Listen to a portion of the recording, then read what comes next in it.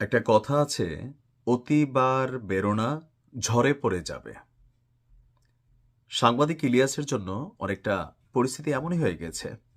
যেই নালেই উৎপত্তি, আবার ঠিক ওই নালেই বিনাশ। এটা শুধুমাত্র মুসলিম ভাইয়ের বউয়ের কথা না, এটা সেই আহ, কি বলা হয় যে আদিকাল থেকে মুরব্বীদের মুখে মুখে আসা সেই শব্দ। যেই নাল থেকে উৎপত্তি, অর্থাৎ সাংবাদিক ইলিয়াস, মিডিয়ার মাধ্যমে তার উৎপত্তি। তবে বিদেশে আসার পরে, মার্কিন যুক্তরাষ্ট্রে যাওয়ার পরে সোশ্যাল মিডিয়া প্ল্যাটফর্ম থেকে আজকের ইলিয়াসের জনপ্রিয়তা। এর আগে সাংবাদিক থাকাকালীন অনেকেই টিভি নিউজ করে, ও যতটুকু ছিল ততটুকুই।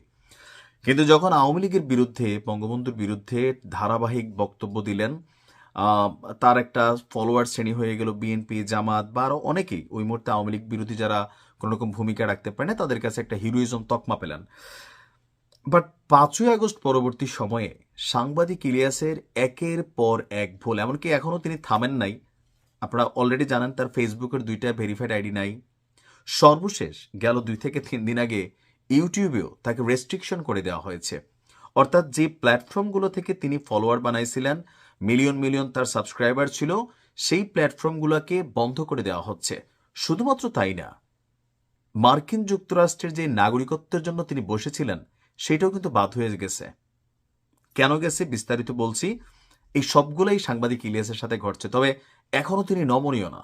শেখ হাসিনা যেমন ধরেন এত বড় পতনের পরেও শেখ হাসিনার গলায় এখনও সে শক্তিশালী একটা বক্তব্য, মানে ঝুঁকেঙ্গান হেয়ার স্টাইল। সাংবাদিক ইলিয়াস গতকালকেও দেখছি মেঘনা আলমকে নিয়ে মেগি টেগি বিভিন্ন শব্দ টব্দ, পাজামার ফিতা খোলা, মানে ওই টাইপে তিনি এখনো অনেকটা আছেন। আমি জানি না যে ওনার ইদানিং কি হয়েছে, এখন কেন এতগুলো বাটে পড়ছেন। মেইন কারণ হচ্ছে, ভাই আমরা বাংলাদেশের মানুষ যত কিছুই হোক, যারা প্রো পাকিস্তানি মেন্টালিটি বা পাকিস্তানের বীজ বা কিছু ভারতের বীজও আছে, এরা কোনোভাবেই বাংলাদেশ ভারতকে আলাদা মনে করে না, বাংলাদেশ পাকিস্তানকে আলাদা মনে করে না। সুযোগ পাইলেই দেশের স্বাধীনতা, মুক্তিযুদ্ধ, এগুলো নিয়ে নানান ধরনের কথা বলে। সর্বশেষ ডক্টর ইউনূসকে গালাগালি থেকে শুরু করে বাংলাদেশের স্বাধীনতা নিয়ে যে ধরনের বক্তব্য দিয়েছেন, এমনকি আহ, বিভিন্ন ব্যক্তি গোষ্ঠী যারা ইন্টারন্যাশনালি কিছুটা নেগেটিভ ক্যারেক্টার, আওয়ামী লীগের আমলে এমন অনেক ব্যক্তি গ্রেপ্তার হয়েছিল, যাদের পিছনে হিজবুত তাহরি, জঙ্গি তকমা অনেক কিছু ছিল। তো ওই মানুষগুলো যখন জামিনে মুক্ত হয়েছে, সাংবাদিক ইলিয়াস তাদের অনেকের সাথেই কানেক্টেড হয়েছেন, কথা বলছেন, লাইভ করছেন। এই যে বিষয়গুলা বা বাংলাদেশের স্বাধীনতা সার্বভৌমত্ব নিয়ে কথা বলছেন, পাকিস্তানকে তিনি আহ্বান জানাচ্ছেন, এই বিষয়গুলো নিয়ে সাংবাদিক ইলিয়াসের বিরুদ্ধে বাংলাদেশ সরকার তার বাংলা এডিশনও খাইয়ে দিছে। এমনকি মার্কিন যুক্তরাষ্ট্রে বসবাসরত বাংলাদেশ আওয়ামী লীগের যারা অনুসারী আছে বা ইলিয়াসের যারা হ্যাটার্স আছে, সরকারের পক্ষ থেকেও ডিপ্লোম্যাটিকভাবে ইলিয়াসকে কিন্তু সাইজ করা হয়ে গেছে। সর্বশেষ যে তথ্য বিভিন্ন মাধ্যম থেকে আমরা পাচ্ছি, সেটা হচ্ছে যে সাংবাদিক ইলিয়াস সাম্প্রতিক সময়ে বাংলাদেশ নামক রাষ্ট্রের বিরুদ্ধে যে অবস্থান নিয়েছেন, তার এই অবস্থান, তার এই ভিডিও ফুটেজগুলো, তার এই বক্তব্যগুলো সবগুলোকে ইংরেজিতে ডাবিং করে, অনুবাদ করে মার্কিন স্টেট ডিপার্টমেন্টের কাছে দেওয়া হয়েছে। তো স্টেট ডিপার্টমেন্টে এখন যে ব্যক্তি ক্ষমতায় আছে বা মার্কিন যুক্তরাষ্ট্রে, সে কে? Donald Trump. মানে ইসলাম ফোবিয়া, মুসলিম ফোবিয়া তার মধ্যে আছে।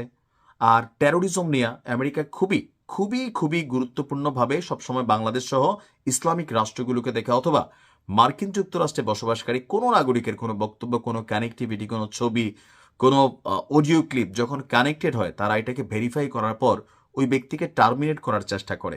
তো সাংবাদিক ইলিয়াসকে নিয়ে যতটুকু তথ্য উপাত্ত হচ্ছে, হঠাৎ করে তার ইউটিউব রেস্ট্রিকশনে বলো। দেখেন আওয়ামী লীগ এত বছর 50 লক্ষ টাকা ঘোষণা করেও না জানি 50 কোটি করেও পারলো না। কেন?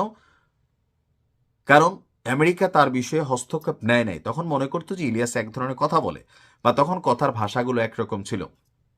বাট এখন ইউটিউব নিজে তাকে রেস্ট্রিকশনে ফালাই দিছে 30 দিনের।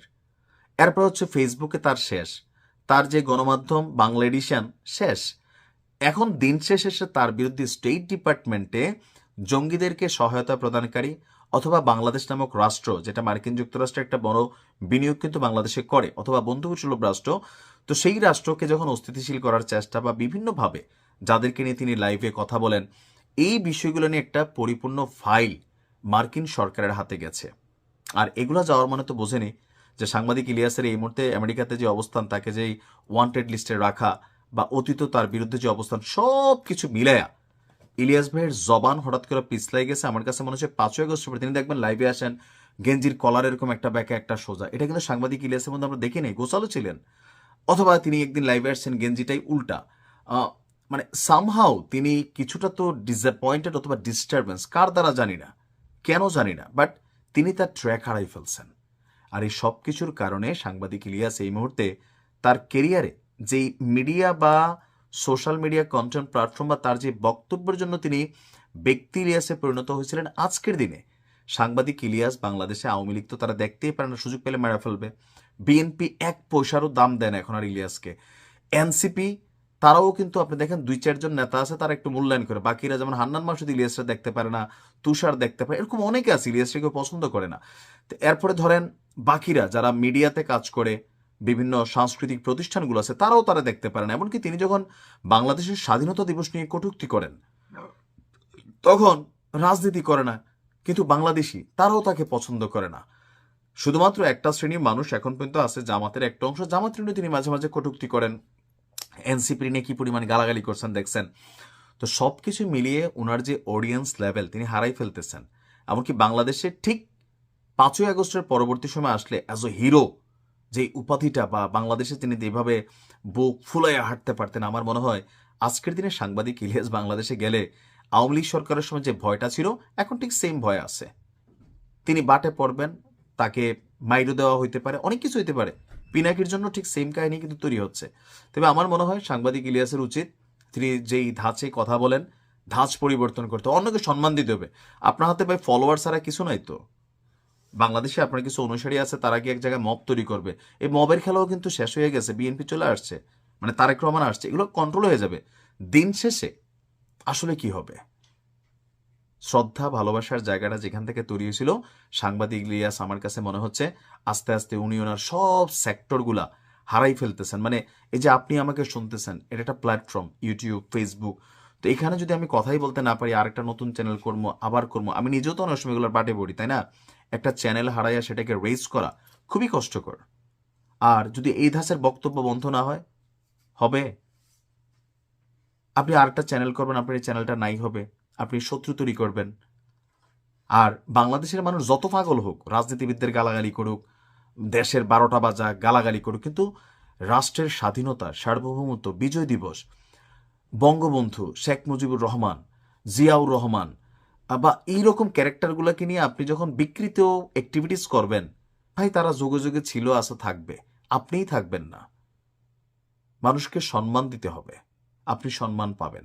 মতের দ্বিমত হতে পারে, কিন্তু তাদেরকে নিয়ে ওপেন খাটকাপাই দেওয়া বা বিভিন্ন অ্যাক্টিভিটিস, আমার মনে হয় ইলিয়াস ভাইয়ানকার ট্র্যাকলেস।